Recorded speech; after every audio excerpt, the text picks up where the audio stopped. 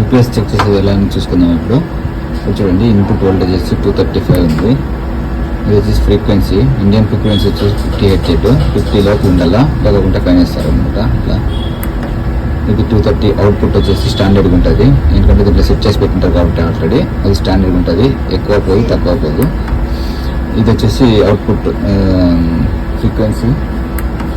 అలాగే ఇప్పుడు లోడ్ వచ్చేసి మనకి 10% ఉందన్నమాట. 10%, 9% అట్లా డిపెండ్ చేంజ్ అవుతూ ఉంది చూడండి.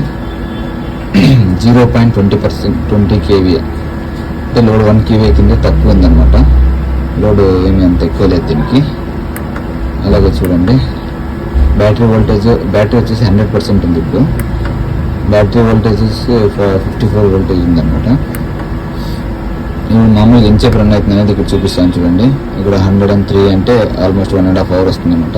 100, 103 dependent load change. Almost 1 hour, 1.5 hour minimum వచ్చి వస్తుంది. ఇది వచ్చేసి టెంపరేచర్ చూపిస్తాను అనమాట. సిస్టమ్ టెంపరేచర్ 32% ఉంది. సేమ్ ఇది ఇన్పుట్ వోల్టేజ్ సేమ్ అంటే ఇదే చెక్ చేస్తుంది మనం మెయిన్. ఇప్పుడు వచ్చేసి పవర్ కొద్దిగా పవర్ ఆఫ్ చేస్తున్నాము. బ్యాటరీ వచ్చేసి లోడ్లో ఉంచండి. ఇప్పుడు చేంజ్ అయ్యి చూసారు. ఇప్పుడు అంతా లోడ్ బ్యాటరీ నిండి ఉందన్నమాట. వన్ టైం ఇంచేపు రన్ అవుతుందని చూపిస్తుంది ఇక్కడ మనకి. ఇది వచ్చేసి టెంపరేచరు, ఇది వోల్టేజ్, ఇన్పుట్ వోల్టేజ్ రాలేదు చూడండి, ఫెయిల్ అయింది. ఇన్పుట్ ఫ్రీక్వెన్సీ, ఇది అవుట్పుట్ 230 ఉంది. ఇది సేమ్ ఉందన్నమాట ఫ్రీక్వెన్సీ. లోడ్ వచ్చేసి 9.9, 10, 11 చేంజ్ అవుతా ఉంది.